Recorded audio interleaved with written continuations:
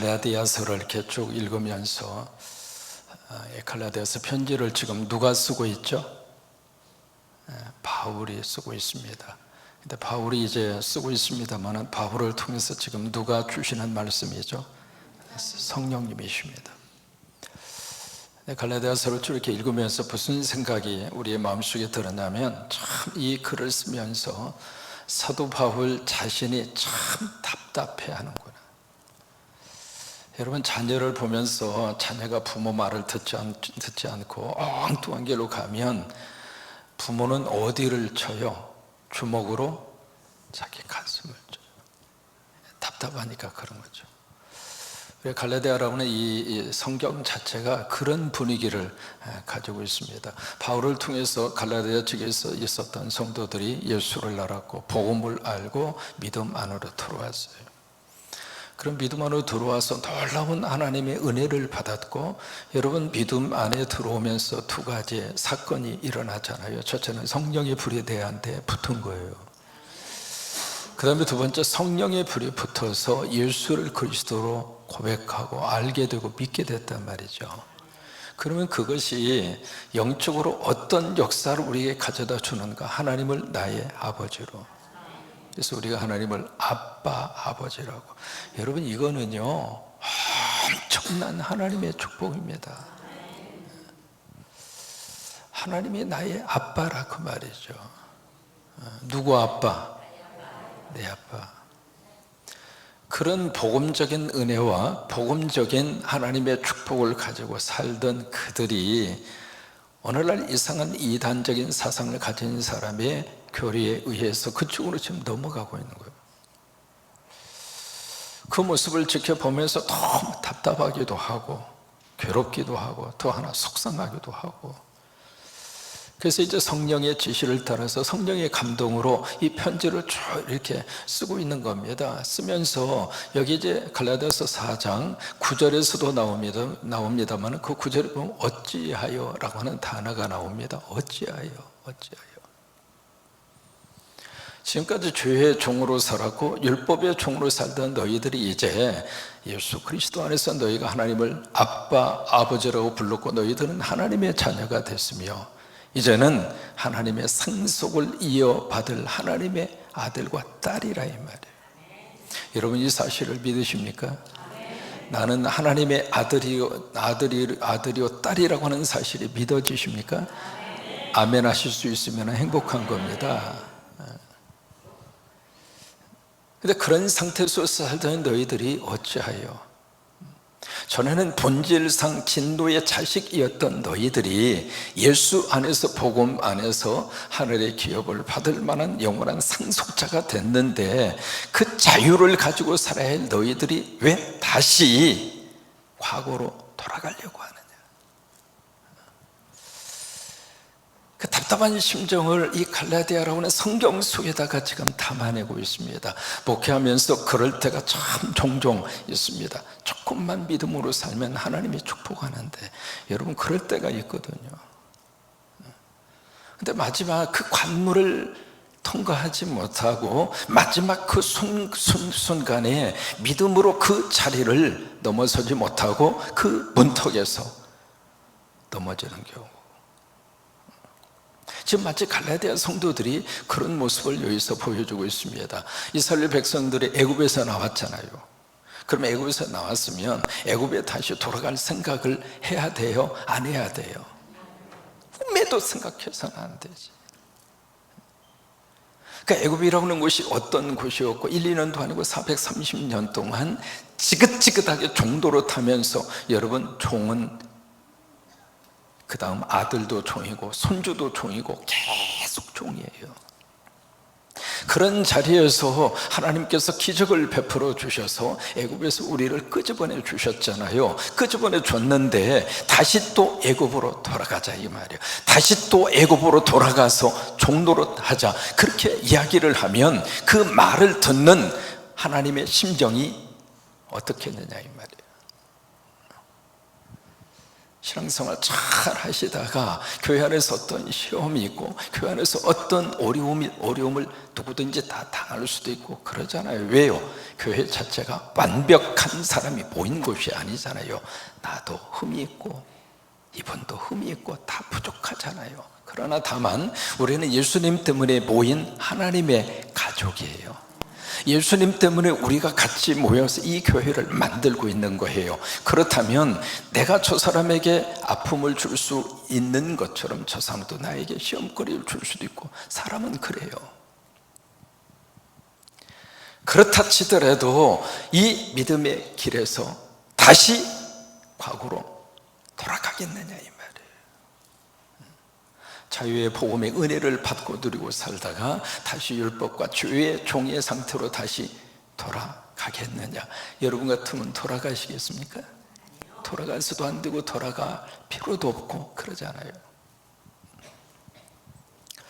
갈라디아 지문 성도들이 그런 모습으로 지금 신앙생활을 그렇게 하고 있는 거예요. 그래서 과거 떠나왔던 애굽으로 다시 돌아가고 있고, 이제는 완전히 단절이 되고 완전히 이제는 정리가 된 그 율법과 죄의 상태로 다시 그들이 리턴하고 있다며 다시 돌아가고 있단 말이에요. 서집사님이라고 계셨어요. 그분이 참 인간성도 좋고 다른 거 다 좋은데 이분이 아킬레스건이 바로 뭐냐면 술이에요. 술을 먹어도 나 그 사람처럼 그렇게 징그럽게 먹는 사람 처음 봤습니다. 그래서 완전히 알코올 중독자가 돼버린 거예요. 하도 이분이 술을 이렇게 잡수시는데 이거 다른 뭐 반찬이나 아니면 다른 것과 이렇게 먹는 것이 아니라 그냥 술만 먹어요. 술만. 여러분, 그런 상태로 술을 일주일이고 열흘이고 15일이고 먹으면 사람의 속이 어떻게 되겠어요? 그런데 결국 위장이 빵꾸가 난 거예요. 그래서 급하게 연락이 와서 거기에 UC 하버 메디컬 센터라고 있습니다. 그 병원에 입원했다는 소식을 듣고 달려가서 보니까 저는 사람이 그렇게 풍선처럼 부풀러 와 있는 것을 처음 봤어요. 얼굴이고 온 몸이 완전히 그냥. 그래서 이때까지 의식은 있더라고요. 그래서 손을 잡고 기도했어요. 하나님 아버지, 이 아들 긍휼히 여겨주세요. 불쌍히 여겨주세요. 이제 기도하는데 이 사람이, 이분이 조금 의식이 있으니까 제 손을 꼭 잡고 그때 했던 말 제가 지금도 기억을 하고 있습니다. 목사님, 제가 다시는 술을 먹으면, 그 사람 표현 그대로 할게요, 개자식입니다. 그래서 이 집사람, 왜 개자식이요? 하나님 자식이 돼야지 왜 개자식이 돼?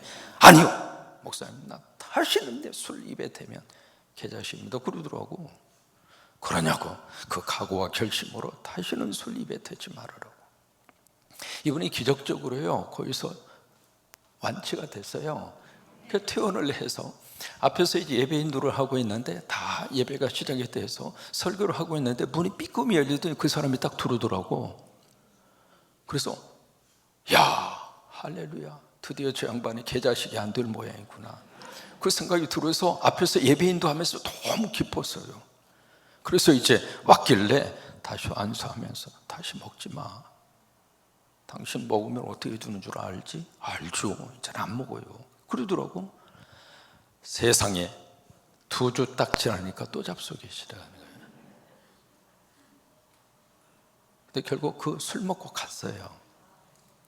젊은 나이에 갔습니다. 이게 돌아가서는 안 되는 과거가 있잖아요.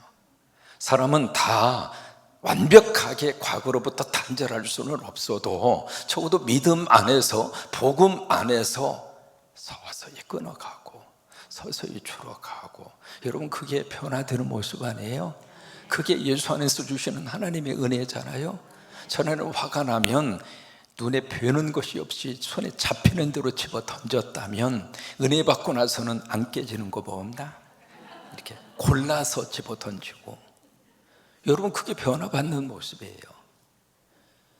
전에는 10번 화를 냈던 사람이 은혜 받고 성령의 불을 받은 다음부터는 10번이 9번으로 줄어들고, 그게 변화받는 모습 아니에요? 그게 은혜 받는 모습이잖아요. 그래서 바울은 이 갈라디아 성도들에게 계속 1장, 2장, 3장을 통해서 말씀을 그들에게 제시하면서 뭘 4장에 가서 터치하느냐면, 보자, 당신들하고 나하고 과거에 어떤 관계였는가. 그래서 그들에게 참 중요한 질문 하나를 던집니다. 너희가 받은 복이 어디 있느냐. 여러분, 믿음 안에서 하나님이 주시는 그 복 어디다가 지금 놓고 사느냐, 그 복 다 어디로 갔느냐. 믿음 안에서 주시는 하나님의 가장 귀한 그 복이 무슨 복인가? 진리 안에서 우리를 자유케 하는 복이에요. 그것처럼 큰 복이 없어요. 우리는 세상적인 것을 복의 개념의 기준으로 생각하지만, 세상적인 것 아무리 많이 가지고 있다 할지라도 영적으로 뭔가 감옥 속에서 살고 있으면 그것은 복이 아니에요. 다른 것은 좀 부족하다 할지라도 성령 안에서 오늘 하루가 자유롭게, 오늘 하루가 감사하게, 오늘 하루가 마음 편하게, 그게 사는 게 진짜 복이에요. 너희가 예수 안에서 받은 복 어디 있느냐고. 그래서 그 당시에 너희들은 나를 위해서 눈이라도 빼서 줄 정도로 그런 사이였지 않느냐. 그러니 내 말 귀담아 듣고 이제는 그 길에서 돌아서라. 그래서 오늘 성경 말씀을 역사적으로 그들이 알고 있는 역사적인 사건을 그들에게 다시 한번 말씀으로 재해석을 해주고 있습니다. 갈라디아서 전체가 쭉 끌고 가는 내용이 뭐냐면 이 내용입니다. 복음과 바로 뭐냐면 율법이에요. 이 두 가지 내용을 갈라디아서 전체가 지금 1장부터 시작해서 이 문제를 좀 다루고 있는 거예요. 지금 바울이 지금 갈라디아 성도들에게 성령의 음성으로 들려주고 있는 것은 바로 이거예요. 여러분, 복음의 가장 중요한 핵심은 뭐예요? 예수님이잖아요. 그리고 이 복음의 가장 중요한 첫 번째 시작은 뭐냐면 믿음이에요. 그런데 이 율법이라고 하는 단어가 딱 나오면 율법에 대한 가장 중요한 그 개념은 바로 뭐냐면 행위예요. 법이라고 하는 것은 하라, 하지 말라, 그게 법이에요. 그러니까 율법이라고 하는 단어가 딱 나오면 그들 속에 뭐가 딱 들어오느냐면, 아, 그렇지, 지켜야지, 안 지키면 혼나지, 이게 율법의 개념이거든요. 그러면 이 율법의 행위의 개념의 가장 중요한 중심은 누군가? 사람이에요. 사람. 이게 개념 자체가 사실은 같은 게 아닙니다. 복음에 있어서의 가장 중요한 핵심적인 기준은 누구냐면 예수 그리스도예요. 내가가 아닙니다. 근데 율법의 기준은 내가 되는 거예요.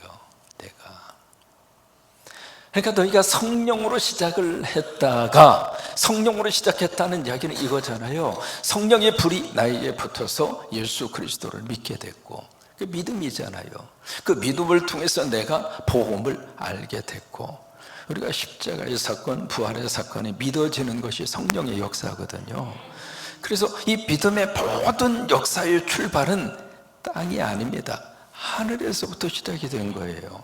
내가 이 자리에 와서 예배하는 것 자체가 하나님이 나를 불러주셨고, 요별 예쁜 유니폼을 입히셔서 이 찬양을 하게 하신 것도 하나님이 그렇게 하게 하신 것이고, 모든 믿음의 역사의 출발이 내가가 아닙니다. 하나님이거든요.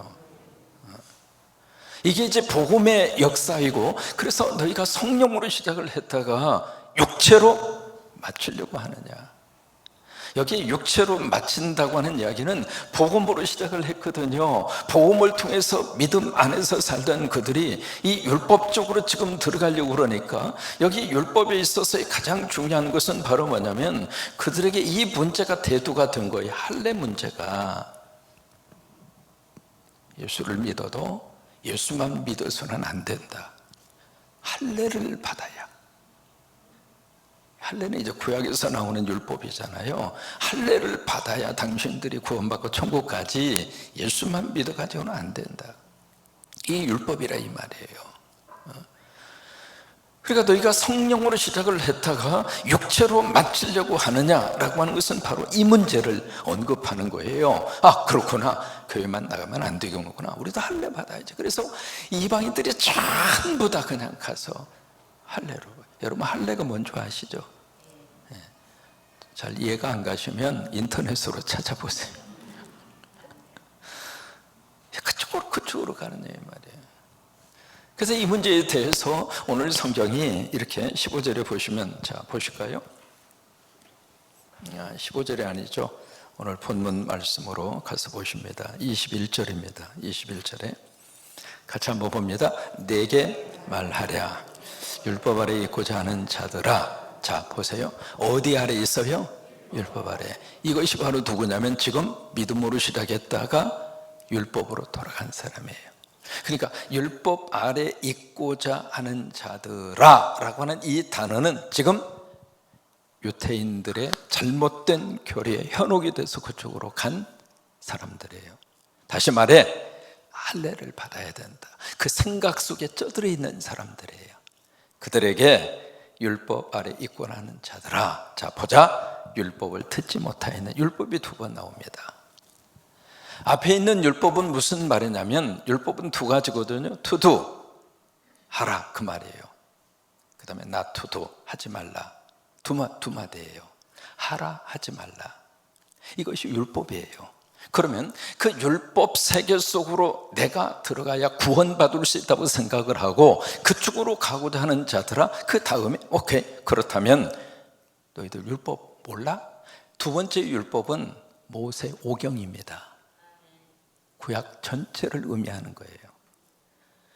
그러면서 성경에 있는 역사적인 한 사건을 끄집어냅니다. 그분이 누구냐면 아브라함이에요. 너희가 성경을 보아서 있고 알고 있는 것처럼 여기 22절에 보시면 아브라함에게 아들이 몇 명이 있었어요? 둘이 있었다. 둘 다 이자로 시작합니다. 누구예요? 이스마엘, 그 다음에 이삭. 이 두 아들이 있었다. 이것은 역사적 사실이거든요. 바로 두 번째, 율법을 듣지 못하였느냐라고 언급하고 있는 모세오경, 구약성경이죠. 구약성경 속에 너희들이 알고 있는 것처럼 아브라함, 그에게 두 아들이 있었지 않느냐. 그러면서 사도 바울은 예리한 성경의 조명을 받아서 이것을 신학적으로 그리고 영적으로 해석을 합니다. 해석을 하면서 여기에 두 아들이 있었다. 그 다음에 두 아들이 있었는데 하나는 누구에게서 낳은 아들이에요? 여종에게서 낳은 아들이다. 그 다음에 두 번째 아들은 누구에게서? 자유. 여기 참 재밌는 표현을 씁니다. 자유스러운 여인, 자유 있는 여인. 사실 잘 안 쓰는 단어거든요. 영어로 free woman이라고 하는 뜻입니다. 그러니까 자유스러운 여인이다, 그 말이에요. 자유스러운 여인. 그 다음에 여기 여종이라는 것은 slave woman이에요. 노예된 여자다, 그 말이에요. 그러니까 두 아들이 있었는데 이 두 아들이, 이 이스마엘은 누구 출신인가? 이집트 출신이었던 이 이스마엘의 어머니 이름이 뭐예요? 하갈입니다. 하갈. 그러니까 이집트의 출신의 바로 이 주인 되는 사라의 몸종이었다, 이 말이에요. 슬레이브, 종이었다, 그 말이에요. 그 종이 그 여종이 낳은 아들이 이스마엘이었고, 그 다음에 여기 이삭이라고 하는 이 아들은 자유스러운 여인, 자유로운 여자인 이삭의 엄마는 누구예요? 사라죠. 그래서 여인이 낳은 자녀가 이삭이다, 그 말이에요. 여기까지는 이해가 되시잖아요. 그러면서 자, 23절에 이렇게 해석을 합니다. 뭐라고 해석하는가? 23절 같이 읽습니다. 여종에게서는 육체를 달아났고 자유 있는 여자에게서는 약속으로 말미암아. 두 가지 단어가 나옵니다. 이 이스마엘이라고 하는 이 출발은 어디에서부터 출발을 했는가? 육체다. 육체를 따라서 낳았다. 그 다음에 이 이스마엘이라고 하는 이 아들은 뭘 통해서 낳는가? 약속을 따라서 낳다. 이 두 가지 전혀 다른 개념이 나옵니다. 이쪽은 육체를 따라서 낳다. 육체를 따라서 낳다. 그 말은 인간으로부터 출발을 했다 이 말이에요. 인간에게서. 여러분 보세요. 인간에게서 출발을 했다. 지금 그 개념이 뭘 의미하고 있는가? 바로 이거예요. 율법이에요, 율법. 그런데 이 이삭은 이 인간으로 시작이 된 것이 아니라 약속에 의해서 태어난 아들이다. 그 약속은 누가 주셨는가? 하나님이 주셨다 이 말이에요. 그러면 이 약속으로 태어난 이삭은 율법이에요, 복음이에요? 복음이라 이 말이에요. 복음이라. 여러분 여기까지 이해가 되셨어요? 이게 창세기 16장, 17장, 18장, 19장, 20장, 21장입니다. 이 내용이. 창세기 16장에 보시면은 거기에 이제 참 재밌습니다. 주어가요, 사례가 주어입니다. 사례가 누구한테 말하는가? 아브라함한테 이야기합니다. 뭐라고 이야기하는가? 자기의 아이 가질 수 있는 모든 것이 단절된 줄로 알고 아브라함에게 제안을 합니다. 나는 이미 끝났으니 내 척 하갈에게 들어가소서. 그를 통하여 후손을 얻으소서. 여러분 이 말 속에 바로 뭐가 있느냐면 이 모든 사건을 주도하는 사람이 누구냐면 사례입니다. 사례. 하나님이 아닙니다. 그래서 그 여자의 말을 듣고 이 남편 아브라함은 평소에 그런 마음이 있었는지 모르죠. 아무 말 없이 할렐루야 그러고 속 들어간 거예요.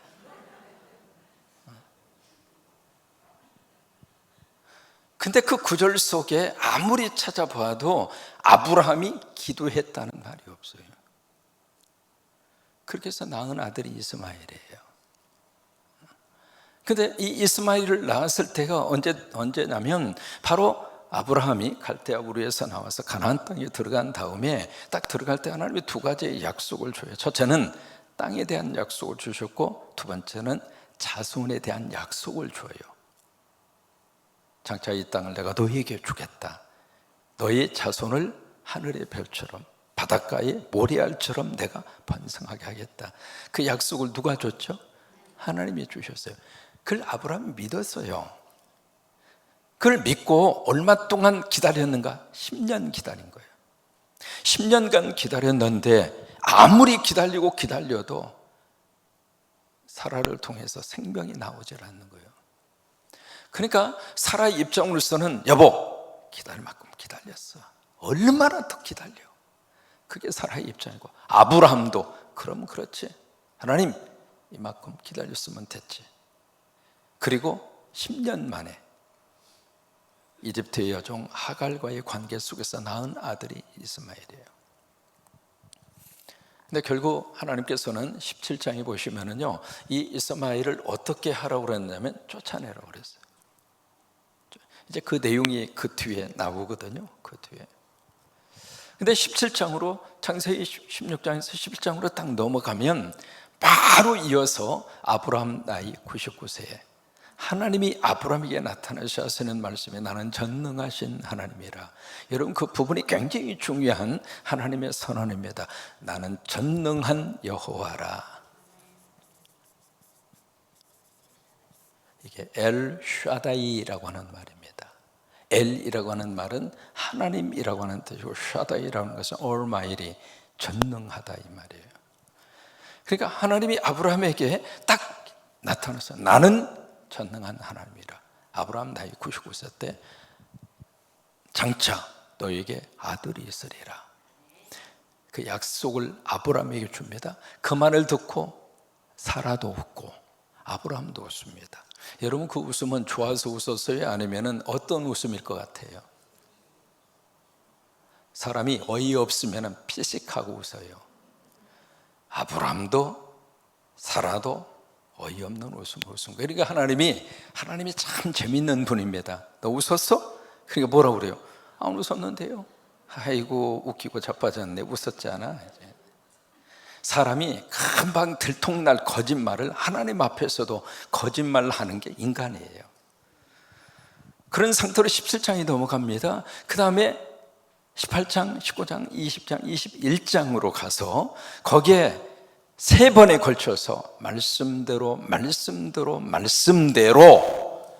결국 사라에게 하나님이 생명을 주셨고 아들을 낳았는데 그의 이름을 이삭이라고. 여러분, 이삭이라고 하는 이 단어의 뜻이 웃음이라고 하는 뜻이잖아요. 그러니까 참 이게 묘한 그 뉘앙스예요. 아브라함과 이 사라는 어이없는 웃음을 웃었지만 하나님은 아브라함과 사라에게 진짜 웃음을 준 거예요. 여러분, 믿음 안에서 이 복이 여러분에게 임하기로 축복합니다. 우리는 실소를 자아내는 그런 웃음을 지었지만 하나님은 아브라함과 사라에게 진짜 웃음을, 그래서 그 이름을 이삭이라고 줘요. 이게 출발 자체가 이스마엘이라고 하는 이 존재 자체는 하나님의 약속에 따라서 온 존재가 아니라 인간적인 생각에서 여기서부터 출발한 거란 말이에요. 여러분, 이 두 가지의 것이 다음 주에 살펴볼게요. 이게 바로 23절의 비유라고 그래요. 비유, 패러블, 비유다, 그렇게 설명하고 있거든요. 그래서 이 두 가지의 것이 이것을 지금 설명하기 위해서 역사적인 사건을 끄집어낸 거예요. 그러니까 여기 이삭이라고 하는 이 존재 자체는 바로 복음이다. 그리고 이스마엘이라고 하는 이 존재 자체는 율법이다. 결국에는 신앙생활 하면서도 두 종류의 교인이 있습니다. 첫째, 율법 아래 매여 있는 교인이 있고요. 두 번째, 복음 안에 매여 있는 교인이 있습니다. 이게 교회 안에 여러분이 율법 문제가요, 간단한 문제가 아닙니다. 우리 생각 속에 여기에 대한 개념 자체가 의의로 많습니다. 이제 운전하고 가시다가 어떤 사고를 딱 당했어요. 사고를 딱 당했으면 사람이 운전하다가 사고 당할 수 있어요, 없어요? 당할 수 있죠. 내가 잘못해서 당하기도 하지만 다른 사람이 와서 박을 수도 있잖아요. 아니, 평생 운전하면서 한 번도 사고 안 당해야 하나님이 나를 사랑하는 증거입니까? 그런 건 아니잖아요. 그러니까 사고 당할 수도 있고, 사고를 내가 낼 수도 있고, 사고를 당할 수도 있고, 그런 거잖아요. 근데 그런 일을 딱 당하는 순간에 머릿속으로 딱 뭘 생각하냐면, 세상에 11조 10원 띄어먹었는데 하나님이 그걸 기억하시고 나를 이렇게 그냥 때려친단 말이죠. 여러분, 그게 신앙적인 생각일까요? 아니면 율법적인 생각일까요?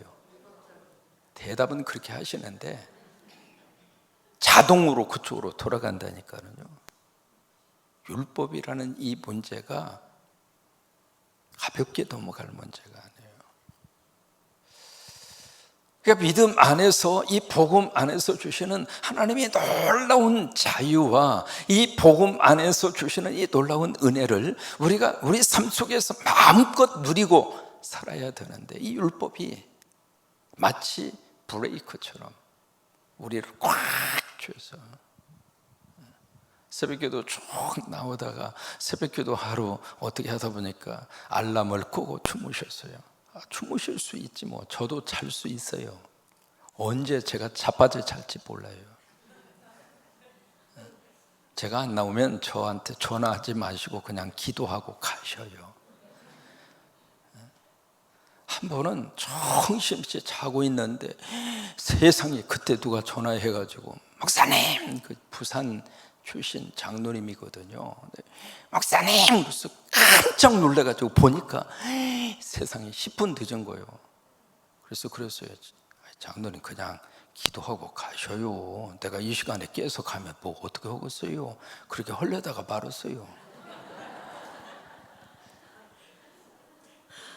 뭐 행여나 무슨 일이 있을까 싶어서 전화를 하신 것으로 이해를 했어요. 새벽기도 나오다가 사람이 피곤하면 주무실 수도 있고, 여러분 그런 거 아니에요? 근데 새벽기도 나오다가 하루 빠졌다고 세상에 그날 가다가 넘어졌어, 자빠졌어. 세상에 하나님은 살아계신다고. 왜 그랬더니 한번 빠지니까 나를 이렇게 두들겨 패가지고 깨닫게 하셔서, 그렇게 해서 나로 하여금 다시 새벽기도를 하게 하신다고. 여러분 그게 복음적인 생각이에요, 율법적인 생각이에요? 대답을 안 하시네. 이 머릿속에요, 복음보다 율법적 생각이 굉장히 많습니다. 그 아니에요. 여러분 내일 아침에, 내일은 월사이니까 나와야 되겠구만. 예수 안에서 주시는 엄청난 자유.